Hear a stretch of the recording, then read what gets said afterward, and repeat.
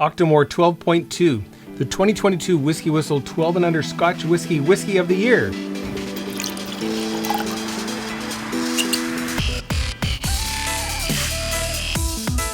What up, my whiskey people? Mark Kaufman here for WhiskyWhistle on YouTube, sharing a little whiskey awesomeness from Winnipeg, the center of North America, bringing you the 2022 Scotch Whisky 12 and under Whisky of the Year, and that is none other than Octomore 12.2, super heavy peated Islay single malt Scotch whiskey.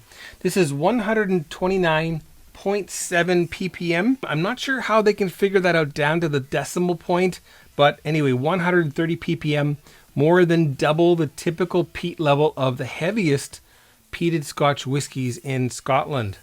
Okay, let's get some of this poured.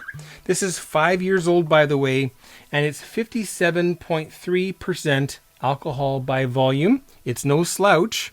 Some people do look for the 60% and up Octomore releases, but you also have to consider the cask.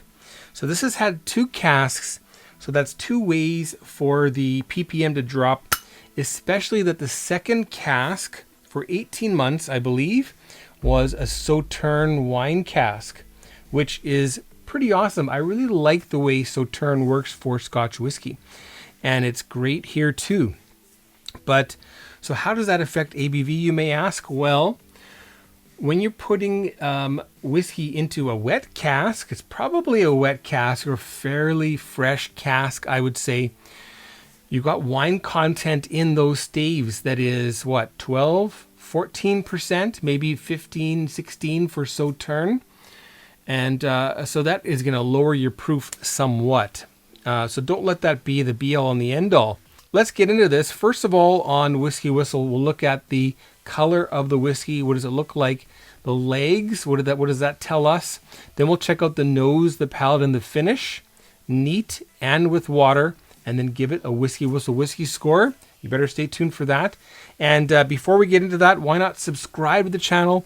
The little emblem, little subscribe button is right over here. Hit that and then hit the bell, ding ding, so that you're notified of future Whiskey Whistles. And if you'd like to go a step further, then why not jump in and support me on Patreon? Support the channel, whether it's $1 or $2 or more. That's www.patreon.com/WhiskyWhistle. If you do become a patron, you'll get your name in the credits at the end of each video.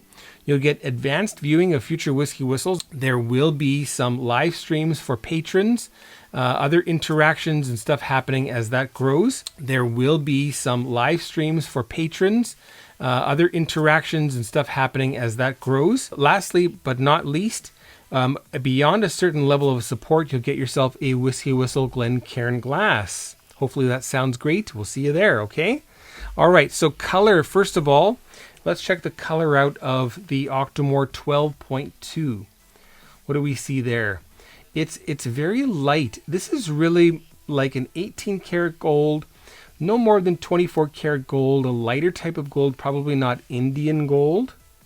Very light. It's all natural. It's uncolored, no color added. It's unchill filtered. It's got an age statement. It's got everything we want. It is a little expensive. However, keep in mind it's cask strength. So really, and also they're kind of fancy releases. They update it every year, something different that does add to the cost. Then there's the hype of Islay and the hype of peat. So all those things really make this, well, twice as expensive as Lagavulin 8-year-old, for example. Maybe 3 times as much as, say, a Bowmore 12. And you're comparing things that are 40% or they're 48%. And in this one, you've got 59%. There's no extra water added.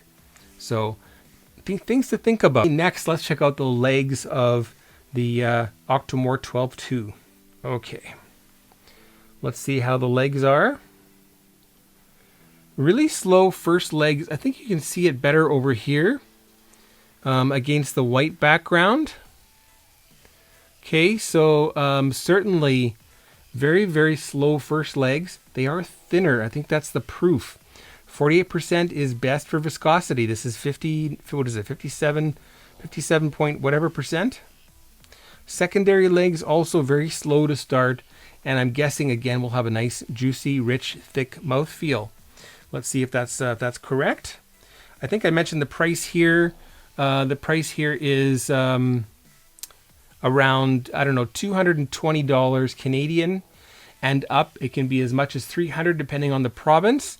And I guess in the UK, I'm guessing probably about 100 pounds. So a little bit pricey, but let's see if you're getting anything for your money. Okay, on to the nose. Now, it's peaty, of course, but it's not ashy. It's not tar. It's not burning tire. This is like a really nice hardwood wood smoke. We've got a little bit of pine, burning pine leaves as like kindling or whatever. Then we've got some nice lemon rinds, lemon pith, a little bit of the juice, even the seeds. And then in there also is a nice sweetness. There's something sweet and brooding in this.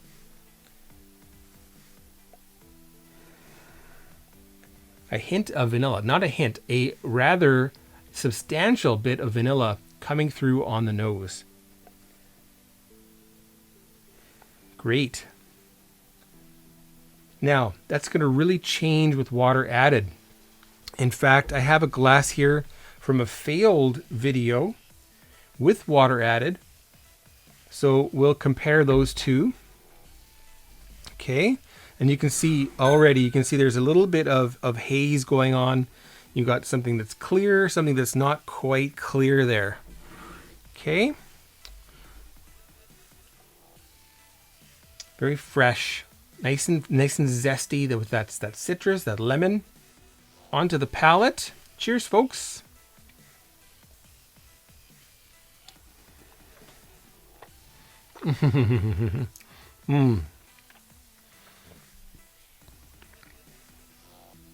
Now, Sauterne is a very sweet dessert wine made from grapes that got infected with noble rot purposefully. Noble rot, nice little white, little fuzz of mold growing on there. And you're getting a change, a chemical change. You're also losing water content. So the juice, the must is sweeter, and lends itself to a much sweeter wine. And it's making an impact here. It's a nice sweet flavor. And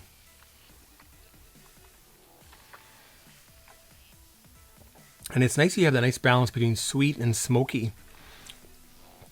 Still predominantly oak smoky, wood smoke, a little bit of pine, some pine nuts in there, so a slight nuttiness.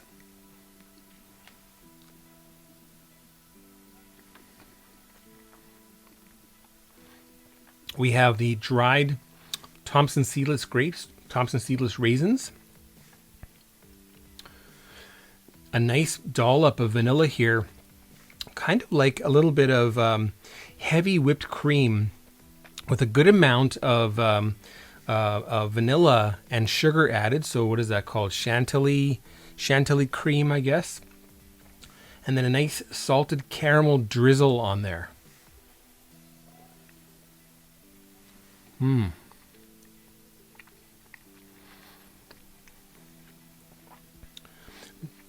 Chewing that, you get waves of, whoa, you get waves of the wood smoke coming forward. Some nice tannic dryness, but it's not too dry. It's really nicely balanced with sweet. Okay, so we'll add some water there. And we'll try the fresh glass with water added first. And then we'll check out the older glass that's been sitting for about half an hour or so.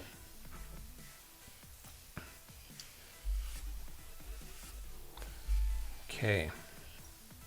So let's see what kind of changes we have, if any, with water added. You don't always get changes. Sometimes the changes are not exactly what you like. Somebody else might, not you, not me. You know, that's how it works. Everybody's different. I'd say that probably there are often times where the majority of people will really enjoy adding a little bit of water and seeing the different flavors and how things change. So with water, I'm getting some really nice, lightly salted French or Danish creamery butter.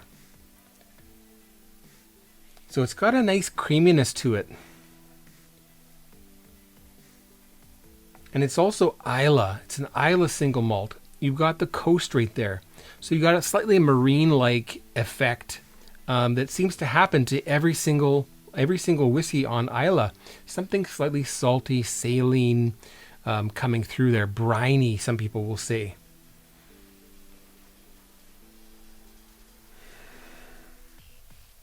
But yeah, unmistakable, really, really excellent top drawer, lightly salted butter on a let's say like a rye cracker, a Danish rye cracker.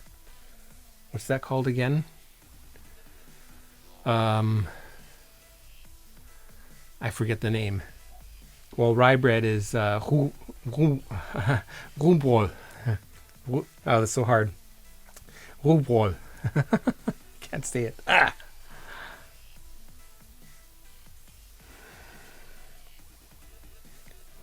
And then you get lots more vanilla sweetness coming through. And again, so you add those two things, you get this wonderful whipped cream, heavy whipped cream going on.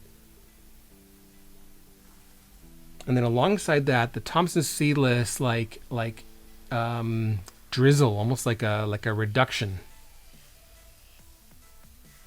Okay, the palate with water.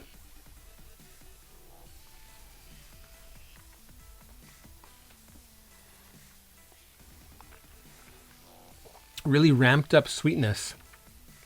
More of those Thompson Seedless raisins. I feel like the Sauterne is actually talking here.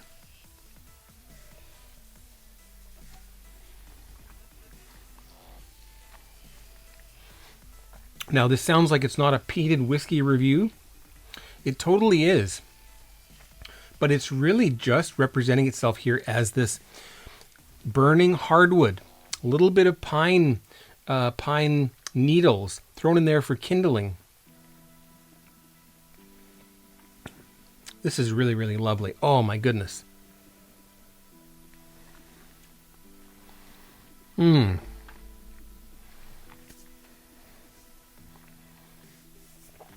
again, you can still see there's a difference in color there. I don't know if you can see that, but I certainly can. Okay. So this is the one that's been sitting for, I guess, about 40 minutes now.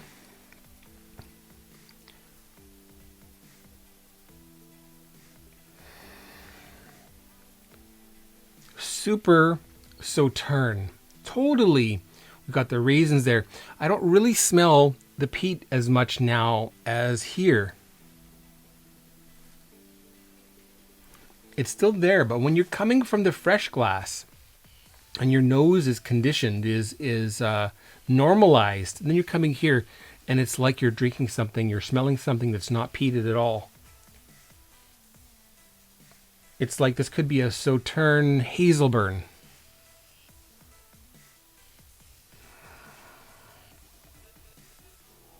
We still have that butter. We've got a little bit of tropical fruit coming through here as well.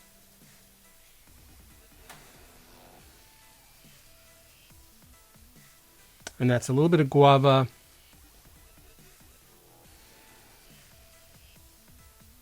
And a tiny bit of passion fruit alongside those sweet vanilla creamy flavors.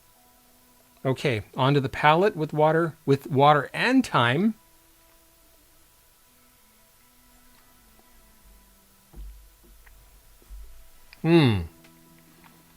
So creamy. I really suggest trying that. Pour a glass with water, leave it for half an hour, 40 minutes, an hour. Pour a fresh glass with water, and then pour one neat, and then try them all at the same time. You're going to have 2 hours, 3 hours of fun here.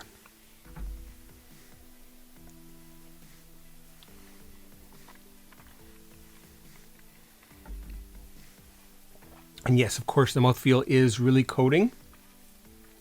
The finish is super long on all of these. I think I like it best with water and with time. It tones down the tannin dryness, and it really ramps up the sweetness.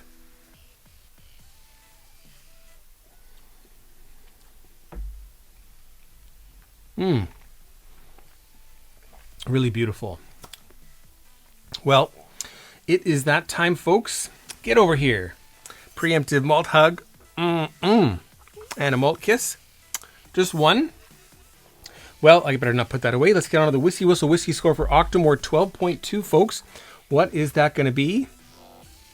It's going to be 93 out of 100. You heard it. 93 out of 100 is the WhiskyWhistle whiskey score for Octomore 12.2. Excellent stuff. I highly recommend it. If you're into Islay and you don't have this, don't hesitate. Just grab one. And if you like a little bit of peat, but not that much, you don't really like Lafroig, for example, Ardbeg isn't quite your thing, I really think you're going to enjoy this, especially adding the water and seeing how that changes. And the fact that we don't really have the tarry, band-aidy, the ointment, medical ointment type of smells or flavors here. So it's really, really, really nice that way. Personally, I think it's fabulous. It might be the best Octomore I've had. And I have a 10-year-old and a couple older ones that hopefully will get on the show sometime soon alongside this one. Anyway, I hope you enjoyed that. Again, my name is Mark Kaufman. Don't forget to subscribe to the channel right over here. Hit the bell, ding ding, so you're notified of future whistles. Check me out, whistles. Check me out on Patreon, patreon.com/WhiskyWhistle. I'd love to see you there. Take care, folks. Bye now.